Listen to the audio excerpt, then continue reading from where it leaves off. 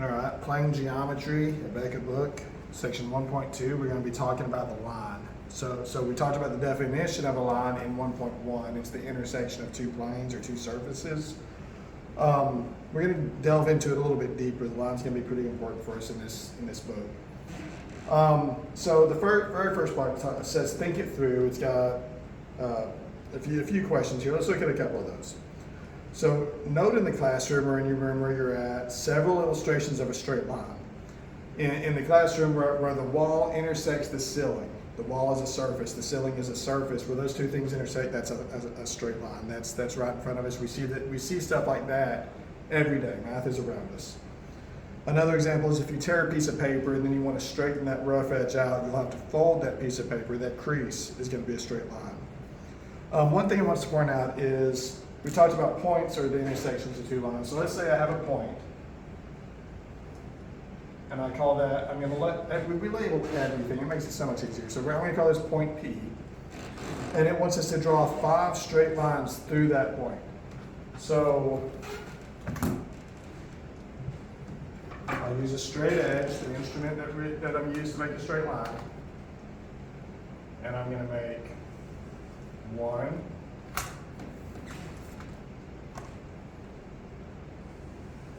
2,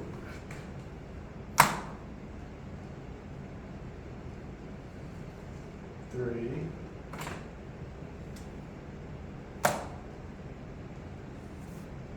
'That's not a very straight edge, straight line. 4, now for all any OCD people, I'm going to mess up the little pattern there, and 5. All right, so I've got 5 straight lines that intersect point P. How many straight lines could we make that intersected? The answer to that's an infinite number. We could make so many lines that intersect this that it looks like a solid right here on it. If I was to make another line right on top of just touching this one all the way around, I could make it just completely solid that we see. So we could have an infinite number of straight lines that intersect an individual point. All right, number 4 says to select another point. So we'll make another point here. Call it Q. It wants us to draw 5 straight lines, each ending there. So that.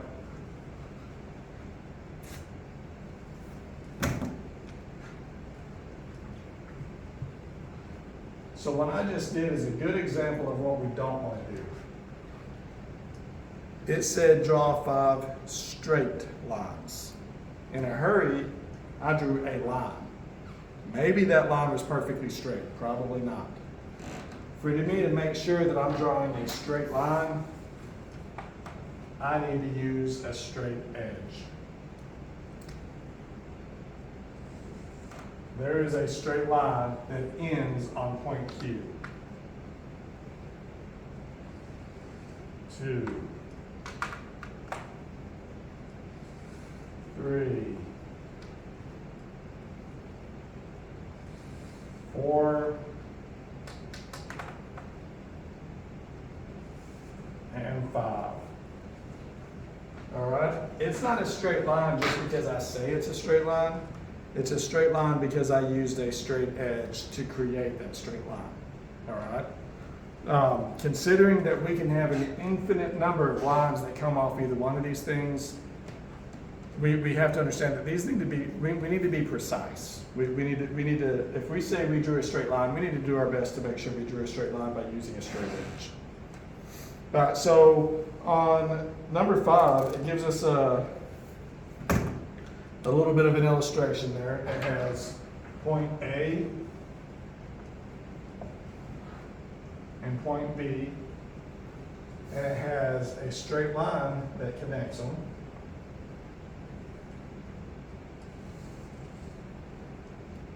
Right? Then it has one, this is line 1. Then it has one that's not straight. We'll call that line 2.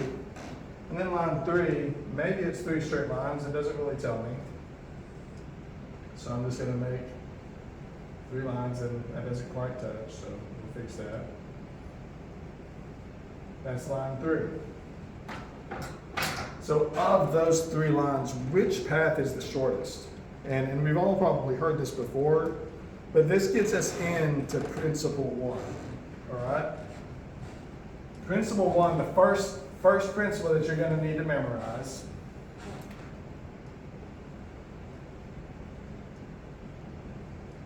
Principle 1 tells us that a straight line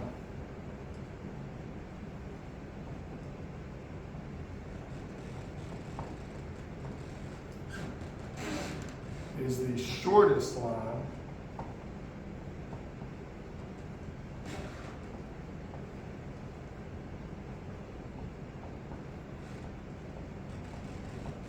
between 2 points.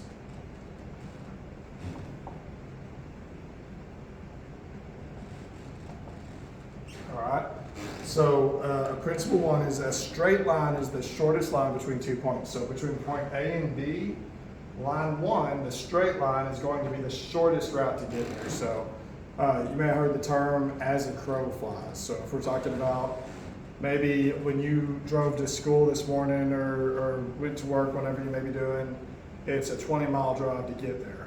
Well, that's because you're having to drive east and then west, or north and then west, and you're changing directions and you're going around stuff that's in the way, creating a longer distance. Your home may only actually be 8 miles from where you're trying to get to, but it may take you 20 miles to get there. A good example of that is went on vacation to Colorado Springs and went to Pikes Peak.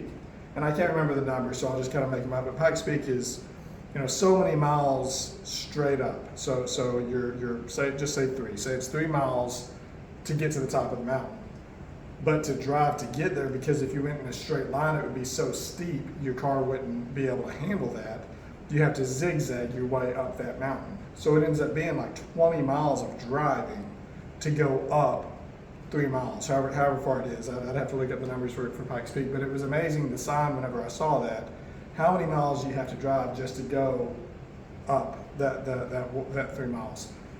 As a crow flies would be if a bird left your house and flew straight to the school, they would be going the fastest, the shortest distance anyway, to where you would be driving all around to get to the same spot. So when you hear the term "as a crow flies," they're talking about how far is the distance between these 2 points, removing the restrictions of being stuck on a road or a sidewalk. Another example is number 6, I'm thinking through, it says, why do we cut corners? Well, cutting corners, we use that to say, why do we take shortcuts? Why do we not work as hard, do the things the easy way? Well, what that really comes from is if you have a sidewalk that has a 90-degree turn in it. So you got to walk to the end of the block and then turn. You might cut across somebody's yard and you're cutting that corner off. The reason we cut that corner is because of principle 1. If we have a sidewalk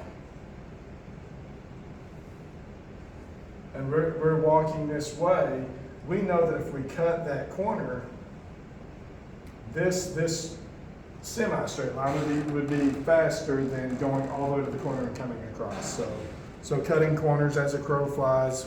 Again, we've dealt with straight lines all around us, and we continue to. So when you say, when am I ever going to use math? This is an example of we use it all the time. Let's see, draw 2 points C and D on your paper. Can you draw a straight line through C and D? Can you draw 2 straight lines through C and D, or 3 straight lines? All right, that's going to bring us to principle 2. So if I have lines C and D, or point C and D, I'm sorry. So I have point C and point D, and I draw a straight line through them.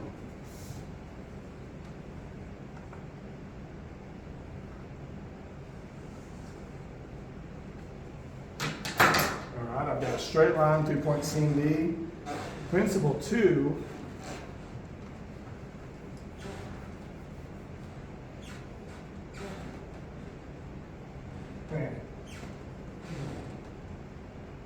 I'm a math teacher, not an English teacher. Principle 1.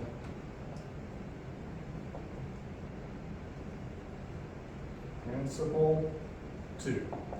So principle 2 tells us that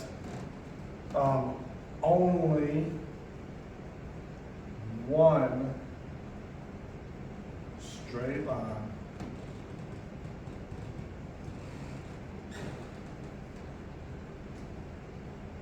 can be drawn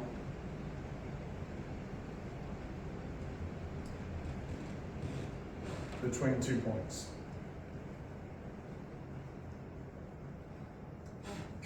The reason being is if I try to draw another straight line through C and D, as soon as I put my straight edge on those 2 points, and I draw that straight line again, if I can hold it straight. So there's my second line, and when I move my straight edge, I see it's the same line.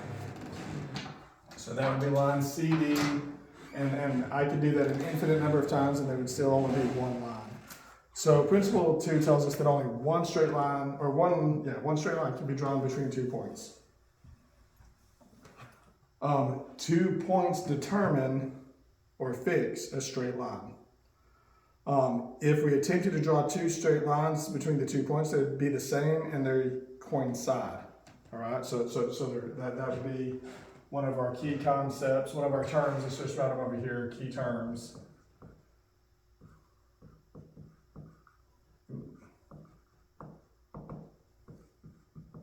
Coincide. What does it mean for 2 lines to coincide? All right.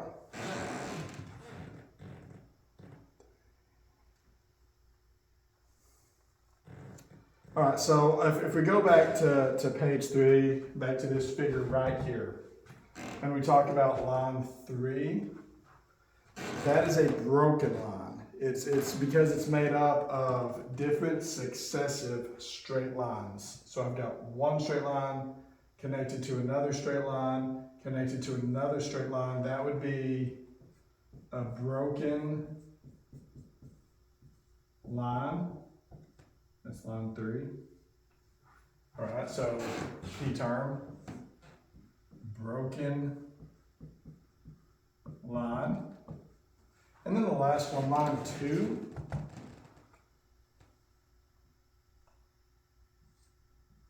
Is called a curve. As you can imagine, it's because it curves. All right, so a straight line is always the shortest distance between 2 points. A curve is not, a broken line is not. All right, so how can principle 2 be used to test the edge of your ruler? All right. If you use the ruler and you draw, we just did it, draw a straight line between 2 points, and I do it again, and I do it again, and I get the same line, that tests the straightness. It tests the straightness of my ruler.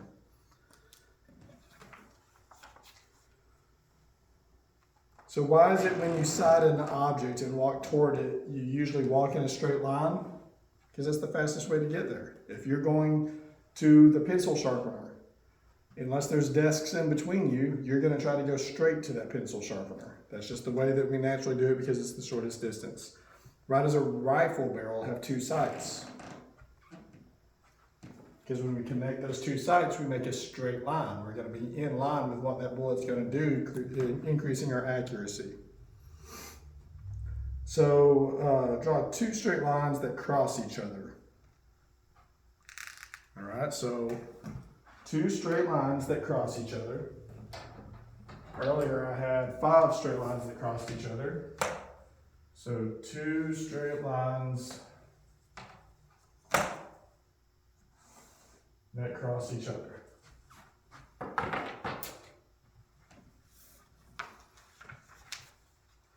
And how many points do they intersect?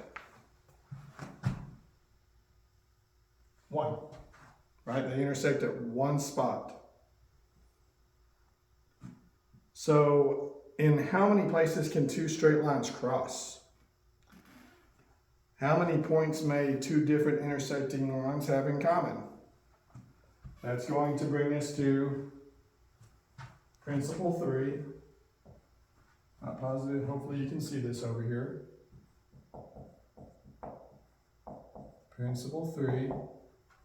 And that tells us that two straight lines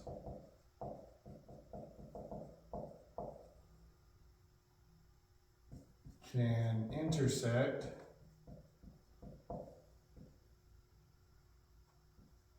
at only one point.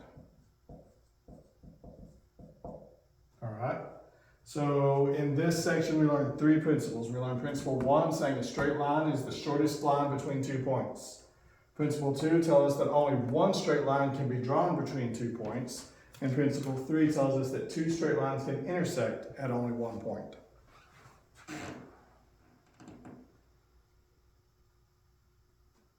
So number 12 says if 2 straight lines intersected at both A and B.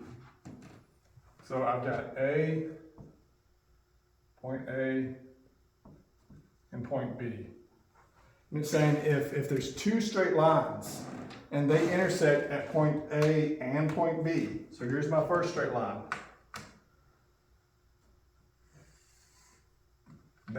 That goes through A and B, and my second one is going to intersect that line at both those points. The only way that's possible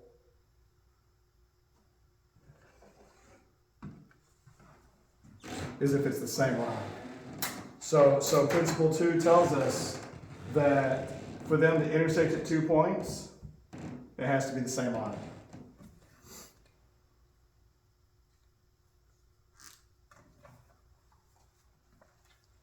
All right. So would this anyway contradict the statement in principle 3?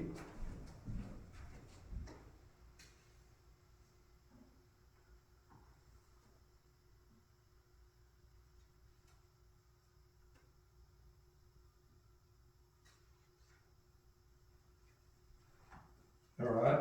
And if then we accept principle 2, what conclusion must we make about principle 3? All right. Does it contradict that if they intersect at 2 points, it has to be a straight line? No.